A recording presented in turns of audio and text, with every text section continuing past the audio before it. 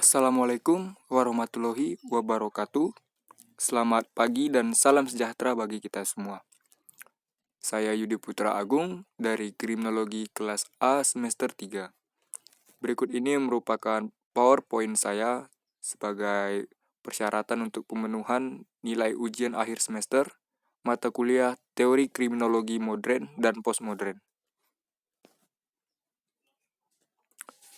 Saya mengambil teori labeling sebagai bahan untuk saya menganalisis suatu tindak kejahatan. Sebelum saya masuk ke dalam pembahasan saya, ada baiknya saya memperjelaskan lebih dahulu apa itu teori labeling. Teori labeling merupakan teori di mana seseorang memberi label, pernyataan, gelar, atau panggilan kepada orang lain yang secara tidak langsung mewakili hidup dan sifat seseorang tersebut. Menurut Lemert dalam buku Sunarto tahun 2004 mengatakan bahwa teori labeling adalah penyimpangan yang disebabkan oleh pemberian cap atau label dari masyarakat kepada seseorang yang kemudian cenderung akan melanjutkan penyimpangan tersebut. Dampak dari pemberian label atau cap adalah sebagai berikut. Yang pertama itu ada berpengaruh ke mental. Labeling atau cap jelas memberi dampak terhadap mental orang yang diberi label. Misalnya bisa kehilangan kepercayaan diri, merasa selalu dipandang sebelah mata, selalu berpikir negatif, dan lain sebagainya. Dampak negatif yang kedua itu ada membuat pihak yang diberi label semakin merasa diasingkan. Labeling atau cap itu membuat pihak yang diberi label akan merasa diasingkan atau dianggap tidak ada.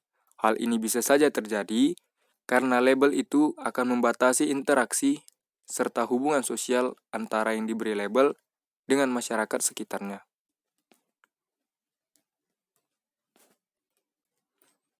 Yang ketiga itu adalah menyimpang secara terus-menerus.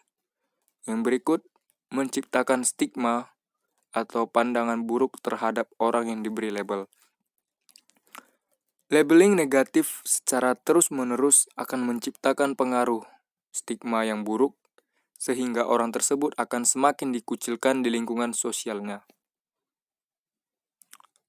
Sebagai contoh dari teori labeling adalah yang pertama, seorang anak remaja yang sering keluar malam akan diberi label atau dicap oleh masyarakat sekitarnya sebagai anak yang nakal dan tidak dapat diatur oleh orang tuanya. Contoh yang kedua adalah seorang narapidana yang baru keluar dari penjara pasti akan tetap dipandang negatif oleh warga setempat. Sehingga hal ini yang dapat mendorong orang tersebut untuk kembali melakukan tindak pidana. Seperti halnya berlaku terhadap pelaku pembunuhan yang telah selesai menjalani masa hukumannya. Jika pelaku ini kembali ke lingkungan masyarakat, masyarakat pasti tetap memandang dia sebagai seorang pembunuh. Hal inilah yang mendorong dalam hati pelaku untuk kembali melakukan tindak pidananya. Berikut ini kasus kejahatan yang saya coba analisis menggunakan pisau teori labeling. Dalam suatu kesempatan, salah seorang komisioner Komisi Pemberantasan Korupsi atau KPK, Basaria Panjaitan, mengungkapkan bahwa komisi itu saat ini sedang mempertimbangkan menuntut pidana mati pelaku korupsi.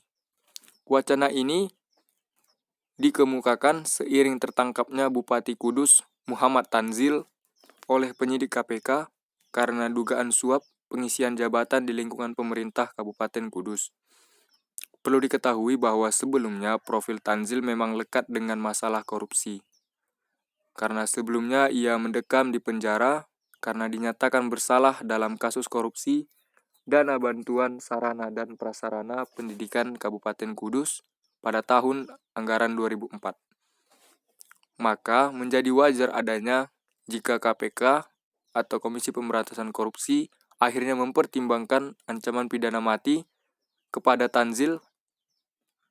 Adapun rujukan KPK adalah berdasarkan ayat Pasal 2 Ayat 2 Undang-Undang Nomor 20 Tahun 2001 tentang perubahan Undang-Undang Nomor 31 Tahun 1999 tentang pemberantasan tindak pidana korupsi atau Undang-Undang Anti Korupsi.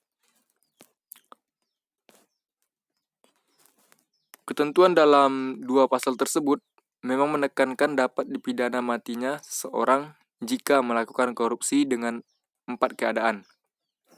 Keadaan yang pertama dilakukan pada saat negara dalam keadaan bahaya. Keadaan yang kedua, pada waktu terjadi bencana alam nasional. Yang ketiga, negara sedang mengalami keadaan krisis ekonomi dan moneter. Yang keempat, pengulangan melakukan tindak pidana korupsi lagi. Terkait dengan pasal 486 sampai 488 KUHP tersebut, ada 3 hal yang menyangkut residif. Yang pertama, pelaku telah menjalani seluruh atau sebagian pidana yang telah dijatuhkan hakim, atau ketika ia melakukan kejahatan untuk kedua kalinya.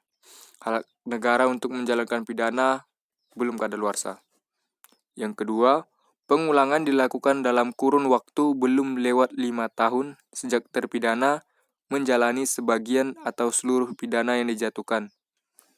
Ketiga, sanksi pidana ditambah sepertiga dari ancaman maksimum.